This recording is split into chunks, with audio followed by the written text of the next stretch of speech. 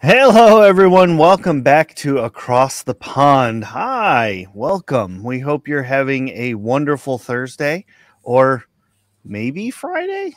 Maybe there's some parts of the world that it's Friday. I'm not entirely sure. It's always Time Friday zones. somewhere. Right. Yeah. Even if it is in your heart. Yeah. Uh, Eternally. as you can see, myself and the wonderful Adam, who plays Aodin, are here to regale you with Aodin's quest. He's got some The best quest. loose ends to tie up. Best quest. Friends to make, people to kill, everything that you could need. Yeah, why not? Everything has a reason. Exactly. Even if the reason is murder.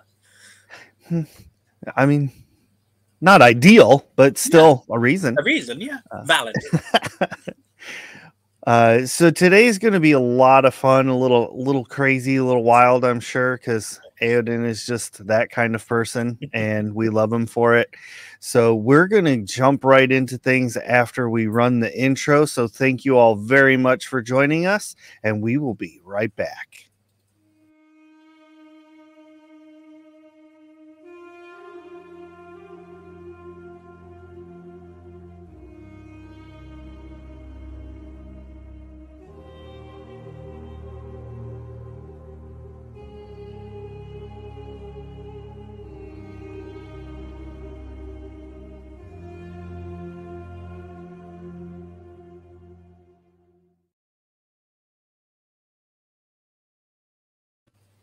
All right.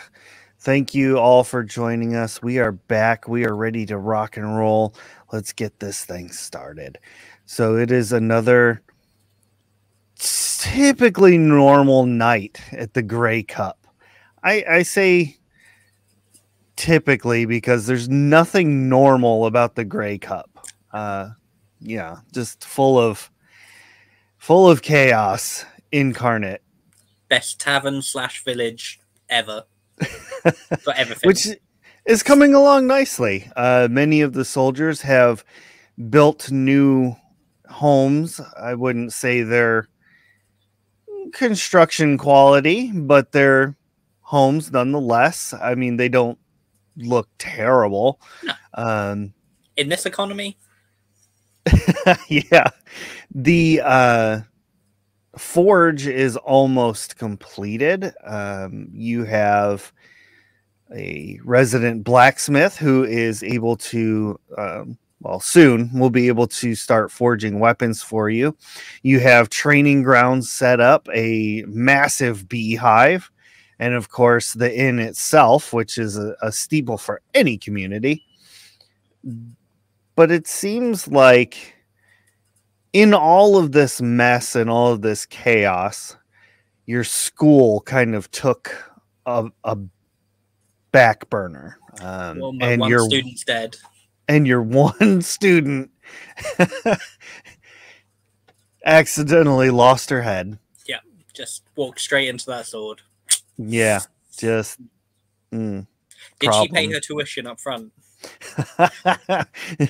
No, but all of her goods were left behind. So, RPG logic, those are yours now. I saw the rest of the party already carrying that stuff off. They act quickly. Yeah. They're like ants. You got to get to it quick. Cooking. Yes. Yeah, I mean, what you were cooking may have been questionable, but I still say it was cooking. It's just for the bees. Yeah. And Layla, apparently. Not if I can help it. But so it's another typical evening. You're lying in your bed. You managed to convince Corsil to allow you to borrow and convince Corsil to allow you to borrow this brand new grimoire that he has called the Book of Vile Darkness, mainly because it had a wonderful chapter on how to use blood for magic. So there's that. Friend share. That's how I'm justifying it in my head. Corsil would want me to understand this book so I could help him understand it. Exactly. Exactly. So as you are lying in bed, just kind of flipping through the pages slowly and reading, you see a number of amazing things that you can do, from maximizing the damage potential of a spell to extending the length of like the duration of spells and things like that. Um, but as the pages go on, things get a little bit darker, but the knowledge within becomes more powerful. You are able to find ways to make your spells permanent by using the essence of others, things of that nature. Just how to cast spells that are normally well beyond your means. Things of that nature. Do you know what? See, I can tell that if these spells are going to help my friends, I'm sure they don't mind sharing just like a little bit of their life force with me. You know, it's fine. You know, I've already done so much for them. You know, I got them all those jewels from the cow. I've made us many friends along the way. Killed 43 giants. You know, I feel like they glaze over that. That's fine, but you know, it's fine. It's fine. So I'm sure. I think they might forget about that. Yeah, I'm sure they would want me to siphon their life to fuel my magic. Absolutely. There's I would do nothing the same wrong for with them. that. Yeah. Right. Yeah. They'd do the same for themselves, I'm sure. Exactly. So we don't judge. It's fine. It's fine. Yeah. No, I mean, if there's one thing for this party, it's that no one judges. No. Not at all. No. So what do you think Eowyn would be thinking and doing while reading all of this? I think as Aoden has borrowed the book, he has possibly also borrowed a certain appendage to better turn the pages of the book. So he's going to put his little finger out onto Moira's tongue, swipe it down, turn the pages of the book, absorb all that knowledge he can. And I think, like, he's going to try and think to himself which of his companions' rooms is nearest to him. Because I hear life force is easier to still when they're asleep. Right. Life force. Yes, borrow. Yeah. Better to ask forgiveness, I guess. Yeah. Well, let's have a roll and see who is closest to Eowyn. So we got Corsil, Nova, and Layla. And I rolled a 3, so we got Layla is next in line. The feral vehicle. Well, Aoden, he's not going to act on it now. He's just going to file that information away for later. You know, just it depends. You know, right? But right. Through the book, is there any spells that I can kind of look for? Any like magical knowledge of finding magic power in others, or you know, even awakening it in someone? Let's have a look. Let's see what we got. Oh, that would be a nat 1. So the book doesn't say, you know, how to. The book's design seems more of a take than give. You do find pages on how to take that power from people, but not how to awaken it or gift it to others. Okay. Can I read into the part about taking it from people and study that a little bit more in depth? Yeah. So Essentially, you just need some form of gem. It doesn't have to be like a pristine diamond or anything like that, but it has to be some form of gem. It's good you say that because there is a bucket in this room Oh that no! is full of gemstones. I mentioned Aoden's reading, and he just kind of like Looks looks at it. over at the bucket. Thank you, Bessie. That's a Bessie's callback to an Pebbles. early episode. Okay. And what is the population of the population size of the village? How many people would you say that we have now in the Grey Cup area? So over the course of this rather strange timeline we have going here, I would say through people drifting in and those that got recruited, you've got probably 200 people or so. Okay. And they're sleeping in the various buildings and whatnot around. Yep. Okay. Yep. If that's the case, I'd like to slip the book into my robe, grab 4 or 5 various gems from Bessie's pocket, slip them Bessie's bucket, slip them into my pocket, and I'd like to head out of the Grey Cup. Okay. And So it's just become nighttime. So there's still like that slight glow of the sun over the horizon, but it's fading quickly. You can see some of the soldiers are kind of walking around, talking to each other, carrying torches, just not really like on patrol, I wouldn't say, but they're definitely keeping an eye out just in case something crazy happens. Because for some reason, around this party, crazy seems to follow. So, but while they're doing that, you see a number of other homes. The lights are all out. There's still some tents, remnant of the tent city. Some people are sleeping in those, but everybody seems to be down and out at this point. Okay. Could I perform some kind of arcana check to see where maybe, apart from myself and any of my companions in the Grey Cup, where possibly the greatest concentration of magic energy in the area might be, even if it's just slight magic? Absolutely. Go ahead and roll an arcana check. Come on, dice, don't fail me now. That's a nat 20. Beautiful. Perfect. So using your knowledge and a couple of, divining sticks. Yes. You start walking around.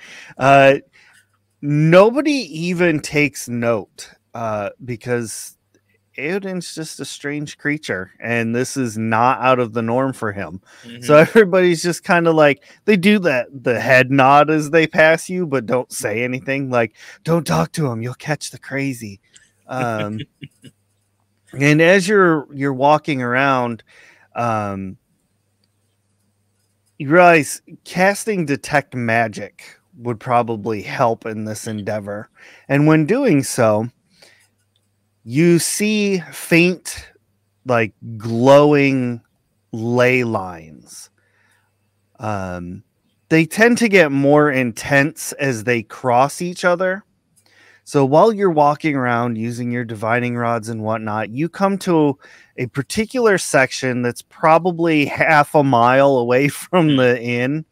But it's like a convergence of sorts where these ley lines just probably 6 or 7 of them cross each other, and it's just lit up, just so bright with magical energy. It almost kind of like flows up out of the ground, like magic tentacles. Yeah. I want someone to turn on the channel right now and be utterly confused. Yeah. Okay. Can I see anyone around us at all? No, there is nobody in this area. Okay. There's like a small pond nearby. There's a little forest. There's a few natural resources, but there are no people here. In that case, can I try and follow the directions in the book and see if I can siphon off some of this magical energy? Sure. So go ahead and roll another Arcana check. Boom. I can get Sam to confirm this if you like, because that's another nat 20. Nice. Sam? I enjoy that. I like it a lot. It is a nat 20, yes. I like it. That's amazing. You broke it. You broke it. It's going to be all 20s. So reading the book and, you know, like trying to follow a recipe or something, you're reading through it and like, okay, if I do this and I do this and then, okay, and you close the book and begin doing as it calls. As you finish, the component for the spell is basically to release some of your essence, some of your blood, and this will create a conduit to absorb the magic into yourself. Okay. In that case, I would like to take my dagger and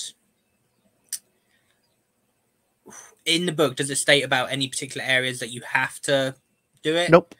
Okay, so in that case, so it's not easily seen by my companions or anything.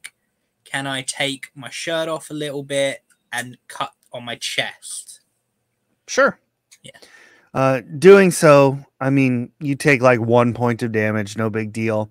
And once you do, the spell is completed and you begin to glow in much the same way and color as the ley line convergence, which, much like lightning, the two ends of them reach out and like they connect, and you are suddenly just filled with raw arcane energy. You get a brief moment in your mind where you see the crystal dragon, and then you're like transporting through time and space. The stars are flying past you. Just basically, like, for one brief shining moment, you are connected to the universe itself, and you can just feel yourself well up with power. This is like when I drank that hairy nipple. Yeah. Okay, and I'm still in the clearing, right? I haven't physically transported anywhere. No, you're still in the clearing. Okay, perfect. Can I feel like this energy is staying with me? It's not like leaking out or disappearing. It's nope. It's like you and the energy are one right now. Okay. In that case, just to test it out, I know you said that there was like some trees. I'd like to aim at one of them and just do like a simple cantrip, like a firebolt. All right. You know, you got to test it. I'm a wizard. We test stuff, you know. Yeah. It's true. It's part of the scientific method. Yeah. So I will... so you got to roll an attack roll, right? Yes, and I get a dirty 20. Nice. Yeah, your firebolt is like empowered as you cast it. It almost seems like twice the size of normal, and it kind of has on it that that same whitish energy from the ley lines, and it fires off towards the small copse of trees and instantly ignites the ones it hits. Okay. Perfect. And I've still got the book with me. So after seeing that awesome display of, awesomeness, like, I kind of hope the bolt spelled out friendship as it fly off. Can I look through the book to see if there's anything else possibly that could help me with fortifying the village, a little bit extra protection, because I know I'm casting Private Sanctum on the place, protecting it from magical stuff, but if there's any other kind of details that I could do to protect it more. Yes. So flipping through the book itself, you do find a number of I don't know if they intentionally meant them to be protective, but you do find like basically stone wall, but it's with bones instead. Okay. So kind of more like an intimidation kind of thing that's written in the book, but to dog ear that page. but in Eodin's mind and having, idea of magic and things like that, you do recognize and understand like, oh, instead of bones, I can just use stone and I can cast stone wall and switch out for it. Okay. Right. Okay. In that case, with that energy still kind of filling me, I'd like to head back to the Grey Cup village and try and cast that stone wall if I can, if I have everything I need for it. Okay. So this time, as you enter back into the city, the guards seem to be looking at you oddly as you pass through, like, what is this all about? He looks different. He does look different. I don't something. Thanks. I've been using a new Was he always that color? Like, it's magic honey for your hair. Honestly, it works wonders. Magic bee honey. Yeah. I just want to. I hope somebody tuned in just then. Yeah. So in order to cast it on the entire town, you would have to get a little bit more elevated. So I would say if you climbed up onto the inn, it probably would be high enough that you'd be able to see around the town. And you do have everything you need to cast the spell. And as you get up into position and you're getting ready to cast and everything, you'd finally take notice of what those guards were talking about. So when you had discovered your true heritage and your scales had turned silver, you now see that your scales are actually crystal in color now, much like the crystal dragon that you saw locked in the book.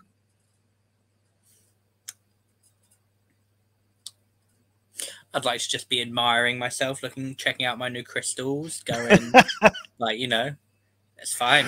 Yeah. I like to pretend that's actually like in place of muscles that Aiden doesn't have. Like, yeah. But like, and I don't notice any like harmful effects or anything. It's just my scales have like turned into that kind of crystalline. Yeah. Okay, perfect. That's all it appears to be at this moment. So what level are you going to cast Stonewall at? I would like to go for, let's see, level 6. Okay. And Stonewall is normally a 4th level spell? I believe so, yes. We'll be able to find out here in just a second. Wall of Stone is a 5th level. 5th level. So, all right. Basically, this wall of stone springs into existence. It is 6 inches thick and 10 foot by 10 foot panels. Alternatively, you can create 10 foot by 20 foot panels that are only 3 inch thick. I will go with the second one. Okay. Yes. So thinner walls, but more coverage. 3 inches enough for anyone. It's enough. Don't listen to anything they tell you, right? Fair enough. I like it. So you cast this first part of the wall, and it kind of grows up out of the ground, and some of the guards are kind of taken off, like, oh, huh, wow, that'll be handy. I heard And that crazy comment earlier. Just remember this. just kidding. Yeah. You sit there and continue casting, and it seems like even though these are taking up 5th level spell slots, it seems like you're not expending any slots. Instead, the energy that you had absorbed is slowly dwindling down as you cast. You get to the last section and you can feel that you're almost out of juice. And that's where you remember the book talking about, you can expend blood to cast magic and things like that.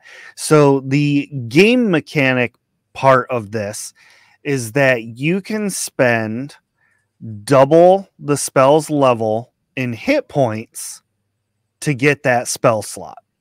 So to cast it one more time for a 5th level spell, you'd have to spend 10 hit points. And you'd basically get a free spell slot. In that case, for, definitely the reasons of science and full sanity, no issues in the mind whatsoever. Nah. Going straight for that upper arm, cutting that open, no hesitation, smearing some blood round. Blood magic it is. Just like Mama used to bake. So casting it this way, this last section of the wall, you notice is actually cast at it looks much different. It is the full 6 inches, except it is not 10 foot by 20 foot. This section is actually 20 foot by 40 foot. I know, American maths. It's fun. So basically, it like kind of overpowers the 2 panels that are next to it, kind of moving them out of the way a little bit. It doesn't look super eye pleasing that those 2 lesser walls got destroyed, but I mean, they still function, and now you kind of have like, hey, this could be the front of the town. Okay, perfect. See, I have a natural flair for this renovation. Like, I'm just saying, gonna like just take some paper out of my pocket, quickly jot down something going, business idea, make houses and homes, charge money, figure it out. Habitats for humanoids. Yeah. And after you finish doing that, the glow of the ley lines fades away from you, and you're left with kind of a sore spot on your arm from where you got the required bloods, and from seemingly nowhere and everywhere around you, you can hear, "Well done." Thank you. You have quite the knack for blood magic. Well, you know what? Like, thank you. I'm glad someone appreciates me, because I've been feeling very underappreciated lately. Disembodied voice. Thank you. Oh, you're welcome. I've been with you for quite a while, just watching. So, that like watching all the time? Yes. So about 2 hours ago. Maybe we shouldn't talk about that. Never again. And we can forget what I did with the rest of the honey. Yes, no. We don't need to talk about that. Cool. So, who are you? I am your best friend. You are?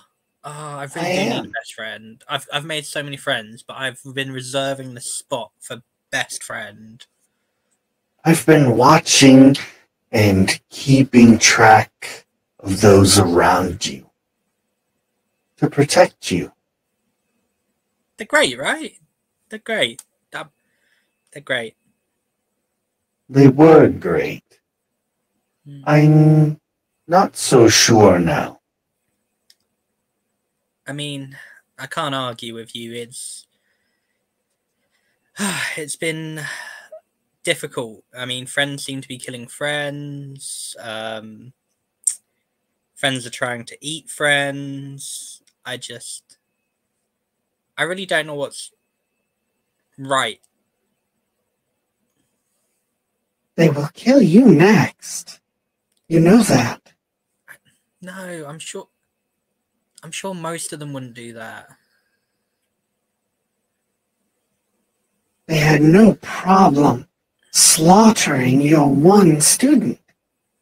I mean, you have a point. We still haven't. I mean, she didn't give us any reasons. I don't. She was just killed. Like we don't know why. She hasn't explained herself. She just went to bed. Like I. Both of you, quit beating around the bush. Get to the point. Aoden, your friends are going to leave you behind. I don't want them to leave me. You are the weakest link. I try. I try so hard. It's not enough. Think What can I about do? it. Nova is poised to rule hell. Your friend Corso has the power of a god.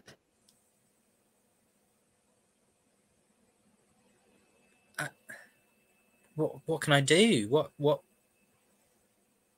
How can I keep up with them?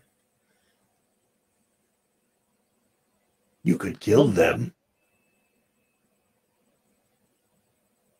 I don't know about that.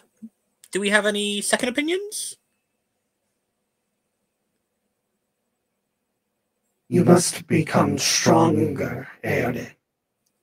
Yeah, we're gonna go with that voice. This book holds everything you need. Everything. Everything. I mean, I already had like a good browse, and I seem to like. Do you mean the blood magic? More than that, Aoden. You must read deeper and between the lines. I mean, look, I might only be 19, but the things that are between the lines, we call them spaces. Like, typically they are there so the book is readable. But do you mean like I'd like to take the book out and just be like looking at it like, what do you mean? What do you mean? Can you help This me? one is a waste of time. He's like the others that were killed so easily. Whoa. I'll have you know, I'm a dab hand at surviving stuff. Do you know what? The first time I've taken any damage or hurt in all these adventures was when I cut myself, thank you, okay? I'm pretty good. Perhaps we should talk to the tiefling. No, you don't want to talk to Tiffany, you want to talk to me. Talk to me, please. Please don't leave me. Don't leave me. I don't want to be alone. Are you prepared to do what you must? I'm not killing them yet. But eventually, sacrifices will have to be made. Are you prepared to make such sacrifices in the name of Arcana? I would do anything for Arcana. but We will will come be to watching, Eodin. We will be watching. Could I maybe get like 30 minutes a day where you don't?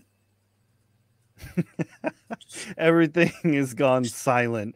Even like the sound of bugs and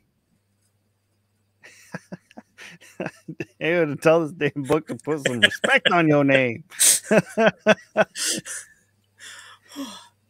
got to respect the accomplishments. Thank you. Okay. Right, right. So as you are flipping through those pages, like, what are they talking about? Reading between the lines, you get to one particular page where you had smeared like some of your blood on there to try and supercharge the spell. And when you did so, you didn't notice at the time, but looking at it now, you can see that with the blood on the page, a different color of letters has begun to appear. Okay. Okay. Has it completely gone through to all the page, or are there still spots missing? It was just like the one spot on the page. In that case, I it's kind imagine of like one of them scratch offs. Okay. Okay. I imagine the knife wound to my arm is still bleeding a bit. Can I kind of take a little bit of that surplus, rub it around a little bit, make that little noise, and then rub it on. So smearing it around and essentially scratching off the page, let's say, like magic ink, the lines on the page have reversed. So all of those empty spaces now have the words, and it tells of a epic battle between Vecna and his lieutenant, a vampire named Koss.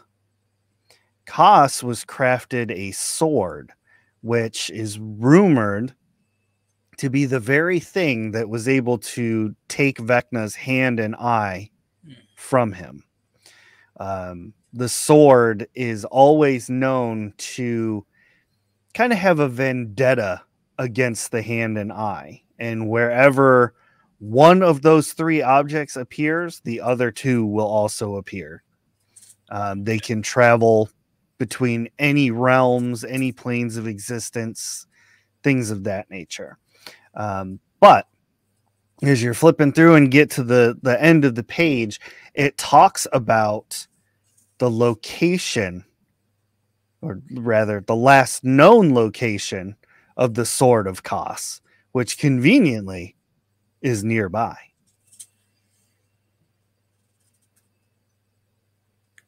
Then I think I want to take that moment just to like breathe in, kind of look down at the inn where my sleeping companions are, and just say to myself, I'm not going to fall behind. I'm not going to lose you. And kind of make my way down to the inn and try and find where this last known location was. Following the book's very loose directions, it's got like crazy riddles in it, like, but Eodin's a smart feller. He figures it out pretty quickly, and you actually end up very close to where the ley lines intersected, back to where you were before. Looking around, you can see that the earth in this location has been like moved around. It's like slightly different than that around it.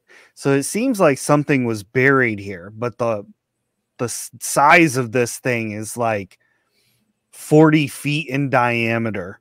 It whatever buried or dug down was huge. Okay.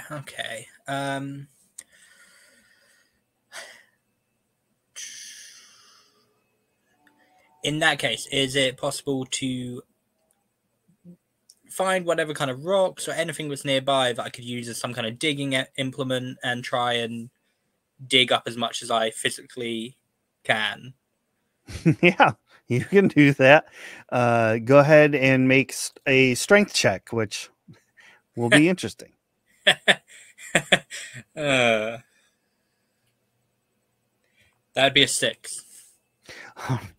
So digging with the rock is not going quite as well as you would hope. There is an old saying though that immediately comes to mind as you stand up and look at this tiny little crater that you've made. Many hands makes for short work. You say that, but Lefty's only got one hand. So did the drummer from Def Leppard, and he did just fine. Yeah. No, true.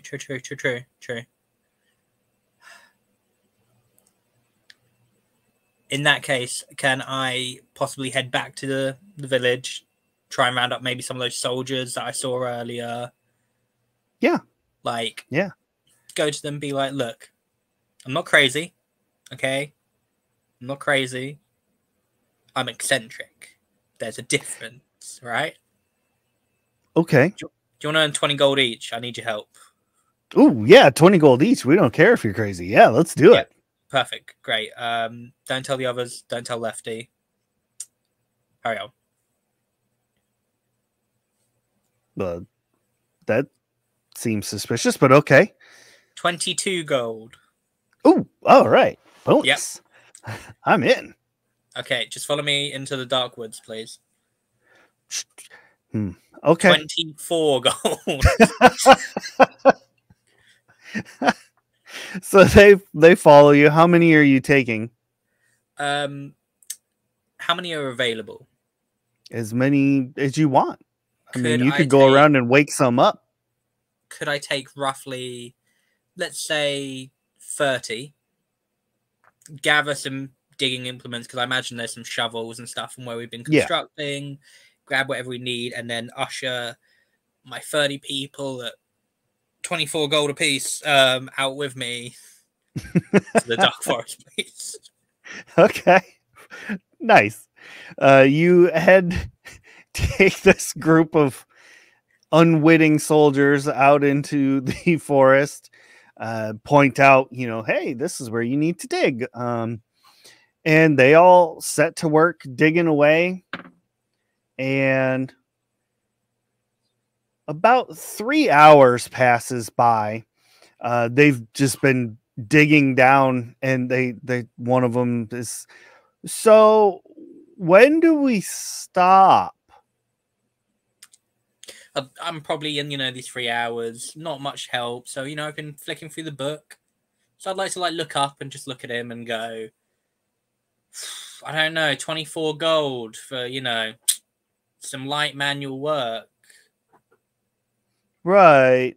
But we'd kind of like to have a finish line. Do you know, it's funny you mention finish lines. Because a few months ago, because I'm pretty sure some of you were here and ran away, there was a battle with some giants. You remember that, right? Nope. No, sir. I got some digging to do. Ah, cool. Good. Dang. So he goes back to digging.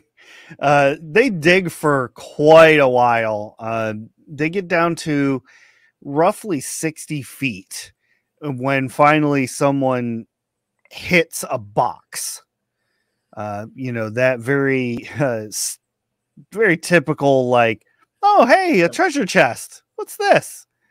And all the guards start gathering around it. They're like, let's open it up. I bet we'll get more than 24 gold each. When I hear that, get more than 24 gold, I just want to be on top of this, very deep hole they're in right now and go, oh man, this is the exact dimensions of my fireball spell. They all kind of turn around, holding the box behind them, trying to cover it up as a group. And they're like, oh yeah, sorry. We're kind of tired. We need a little break. So, that's cool. What have you got there? Where? Sorry. What? Okay.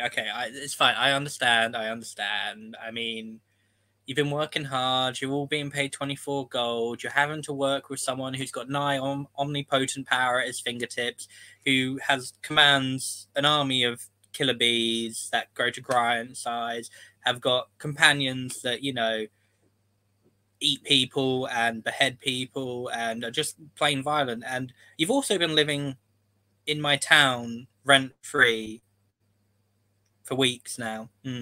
Yeah, yeah. I mean, I'd consider the choices you're about to make because you're in this hole. I'm up here. Oh, and you know what?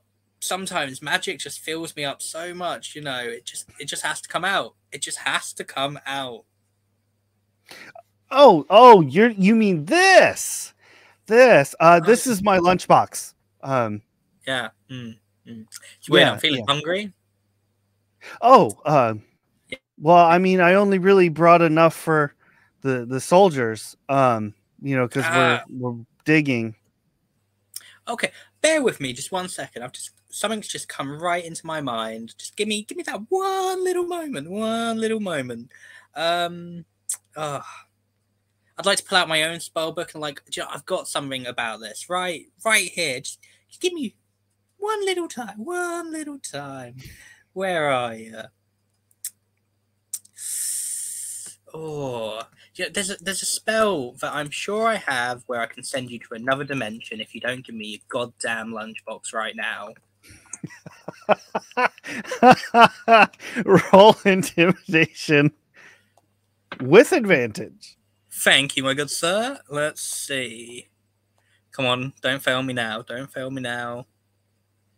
Okay, so that is that, and then that is going to be 19. They immediately scatter like cockroaches and climb out of this hole, running into the forest. Just gone. I'd just like to shout out to their retreating backs. You better show up for training tomorrow. I swear to God. Swear to God. So now this treasure chest is just kind of like down in the hole. And as you get a better look at it, now that, you know, soldiers aren't trying to hide it from you, you can see that it has been chained and bound with magic runes, and whoever put it down here did not want it opened. Okay. Can I do any kind of check to see if there's any kind of magical traps, anything like that at all? Yeah, you can do an Arcana check. Yeah. Welcome, Symphonic Destruction. Hi. Wonderful to have you joining us in chat. That's awesome. Welcome. Okay, that is another 19.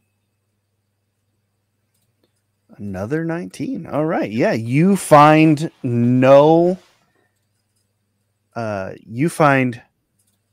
traps. It's just been bound. All of the runes are basically like locking spells. Okay. In that case, can I cast upon it and the chains dispel magic? Yeah. Yes, you may. Trying to avoid the box and whatever might be in it itself, but just around it. Yeah, all of the runes just vanish off of this thing, and the chains just fall off easily. Sweet. And opening the box, taking a peek inside, you see a longsword that is very finely crafted. The blade seems to be just beautifully, like it's as thin as like a rapier or a saber, but it's got the length of a longsword. The handle and hilt are of longsword quality. You can see there's on the hilt, there's like a skull with two fangs that hold the blade in place. Just very elegantly made with platinum and gold. But you do, even without being a paladin or anything like that, you do get kind of this feeling of evil coming off of this sword. Okay. And that's all that's in there, just the Yep. totally not evil sword. Yep. And can I reach out and like touch the sword, see if anything happens? Because let's gamble here. Let's gamble. Yeah, touching the sword telepathically, you hear, "You have freed me. Thank you. I am at your beck and call."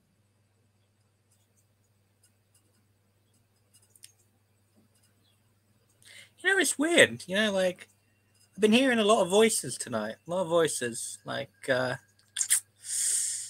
so by beck and call, you're going to help me, right? Because I don't want to lose my friends, and I want to be powerful enough to protect them and keep up with them. So, do you think you can help? I am the sword of Kos.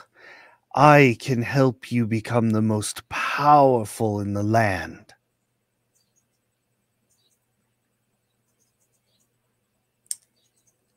And I am not just a voice or some disembodied specter. I am sentient. I am like a real person. And I have a feeling, judging by your essence, that you and I can be best of friends. I would like a single tear to drop down my eye and just be like, start cradling the sword, going, "We're best friends. We're best friends." Oh no.